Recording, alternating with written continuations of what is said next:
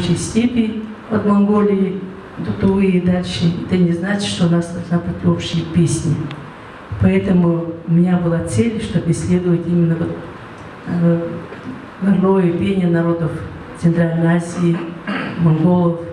Никто так прекрасно не споет монгольскую знаменитую урдуну, как исполнитель этой песни. Никто так прекрасно не исполнит алтайский эпос или хакасский эпос. Это монументальное искусство, которое тоже надо 2 дня, 2 недели, 2 месяца можно исполнять. Это такие потрясающие такие эпосы. И поэтому у этих народов свой язык, свои нравы, свой образ жизни и своя музыка. Мы, когда делаем симпозиумы, мы как бы являем, специфически у них, конечно, совсем разные музыкальные творчества по разным факторам. Во время симпозиумов мы выявляем, значит, во-первых, по таким критериям, связи по аналогам критериям. И также мы изучаем анализы с другими, принадлежность с другими жанрами, уточняем мелодические особенности, и другие. Также функциональную обусловленность с другими обрядами, например, у тувинцев, колыбельными песнями, шаманским песнопением. И сверх всего выступает, значит, музыкальное мышление этих народов. Например, алтайский эпос, который знаменитый, который артикулируется текст устного народного творчества. Посмотрим. Пожалуйста.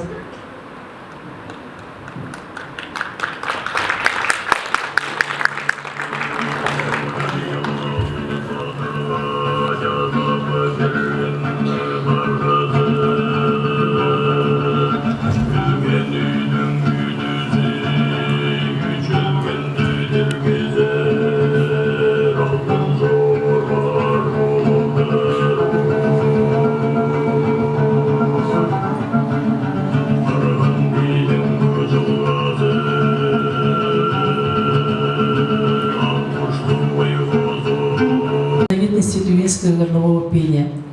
Но это не гортанное пение. Гортанное пение будет это якутское пение, которое пришло к языку манёба.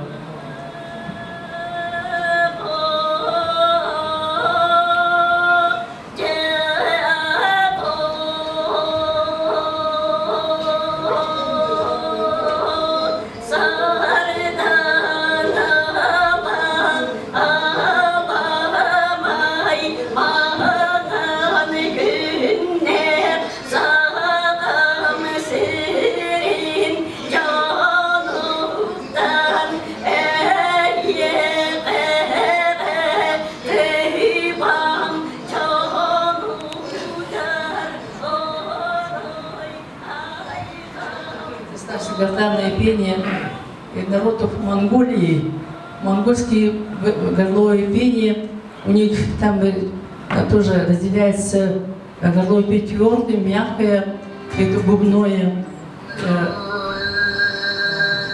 имитирует сами классические произведения. Gözü çok koruydu, Moğollar'dan gözü onlara vadarlar. Anam çöğütmüyor bunlar.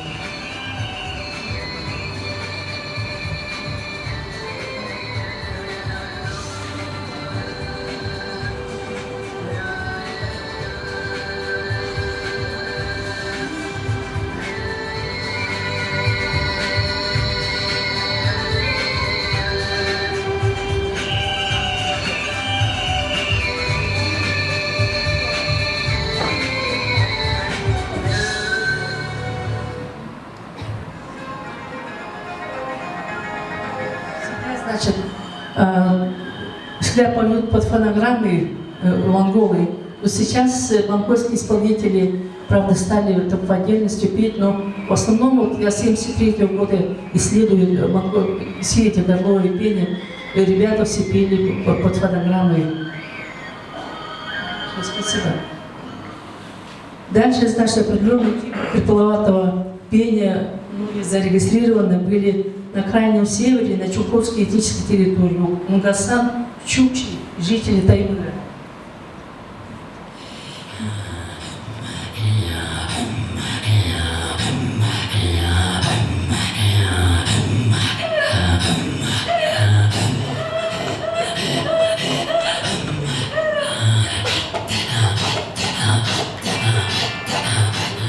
Рычащая окраска, мелодия для специфической тембра, рычащая окраска, ритуальные функции мелодии гненцев, татарас называется, дословно олень во время гона.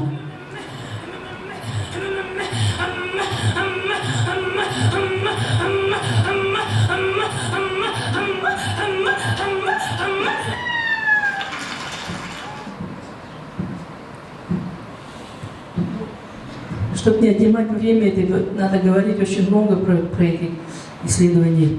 Но сегодня материалом подвергнут сегодняшнему анализу служит тувинское горловое пение.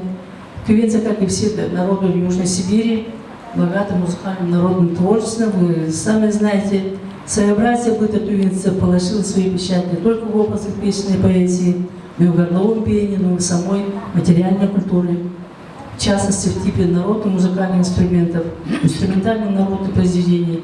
Что касается горлового пения, он не был вначале ориентирован как на отдельное художественное произведение. Он рассматривался как предмузыкальный феномен.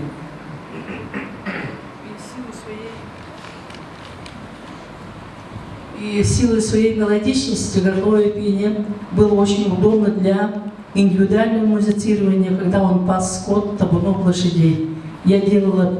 Впервые я делала такой ансамбль хоровой произведение, когда зимой период спаривания самец становится таким могучим, таким страшным, что покрывается пеной, и изо рта собирает в одну кучу всех самок.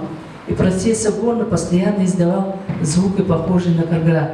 Почему я говорю, что тувинское горловое пение возникло из разных звуков. Отсюда.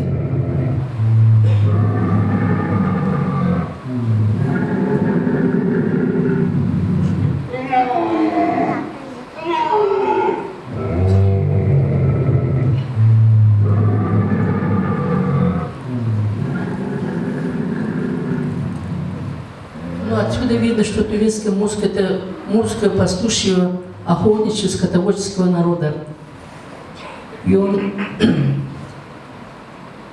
отличительной особенностью тувинского горлового пения является тувинский певец научился извлекать разные приемы, арагалар, аянар древнетюркского происхождения, которые представляли собой музыкальное мышление народа.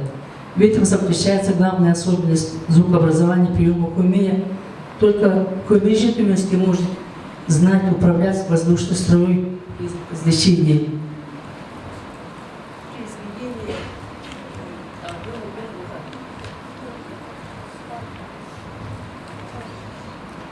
Оттуда создаются двуголосие, троголосие. Обычно горловики между собой говорят: «Тунчуктаут, используй на своей резонансе», или «Коррективит, используй грудь на ту же, сжимая мышцы», используй грудные резонаторы. Когда погружаются в разные приемы, у них расширяются грудные мышцы. Пожалуйста, посмотрите, пожалуйста, у нас один очень великолепный такой был исполнитель Аяз Танцырын.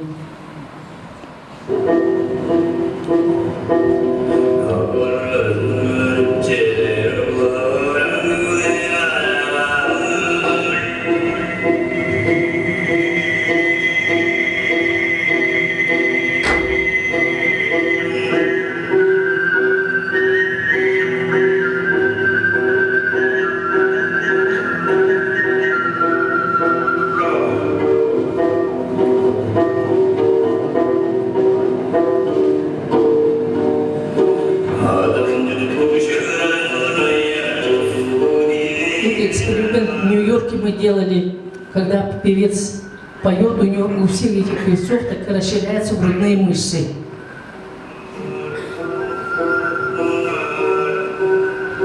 Это материал из Нью-Йорка, а где вот грудные мышцы, вот в Японии, в Токио мы проводили вот это, да, вот. И постоянно, когда вот так расширяется, постоянно каждый день по 3-4 часа, когда репетирует, когда еще вечером концерты, у них это расслабляются все органы, грудные мышцы, муссируются грудные мышцы, и ресурсы вырабатываются.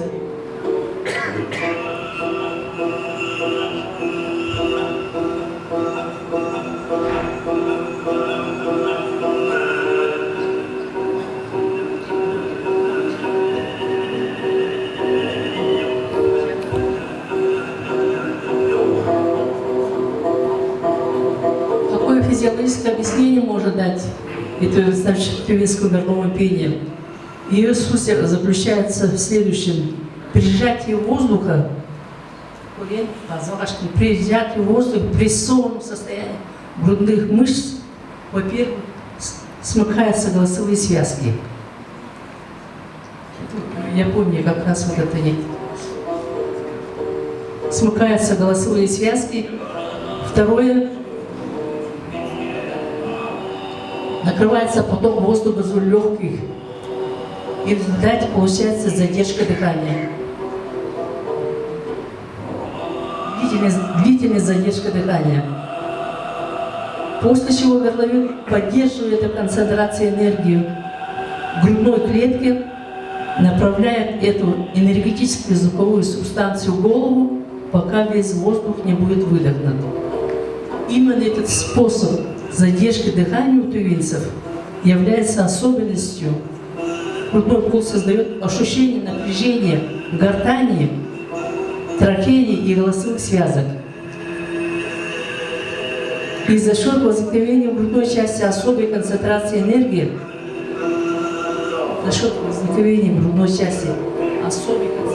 особой концентрации энергии в грудной части исполнитель начинает воспроизводить два звука.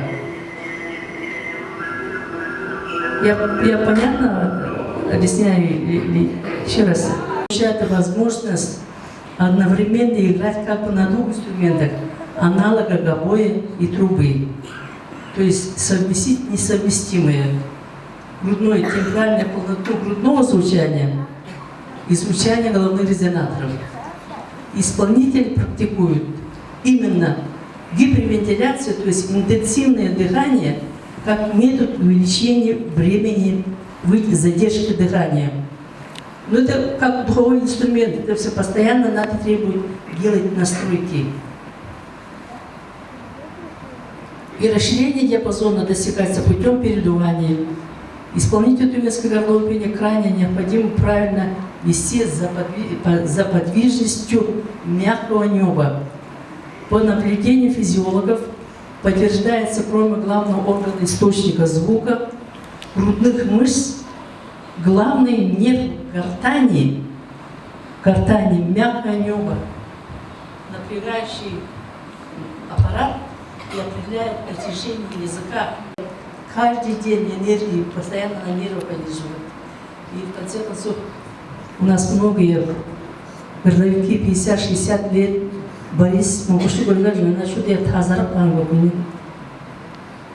Такое прекрасное искусство певицев в таком состоянии. И любой прием поражает такой продуманностью композиции. Хотя исполнители не были музыкантами раньше, на их взгляд состояла всегда определенная концепция. Горловики даже по сегодня не до конца понимают и не понимают, насколько могущественно глубока эта неизвестная им энергия. Их сознание срабатывает звук настолько автоматически, что исполнители все приемы принимают это как должное. Она лучше теперь присанку чурпрамаза месте. Ну тогда отдельно старший был бы. Вот они бы были нашими композиторами, вот наши горловики. Потому что они поют, потом еще вдруг зажигают, потом чокат тревожно. Это просто особенность тувинской нации. И не надо ее путать со всеми там алтайскими, абхазскими монголами. И это зависит от трех факторов. Особенность устройства грибных резонансов, где резонируют все звуки. Второе, особенность устройства внутреннего пространства ротоглотки, азиштюля, который регулирует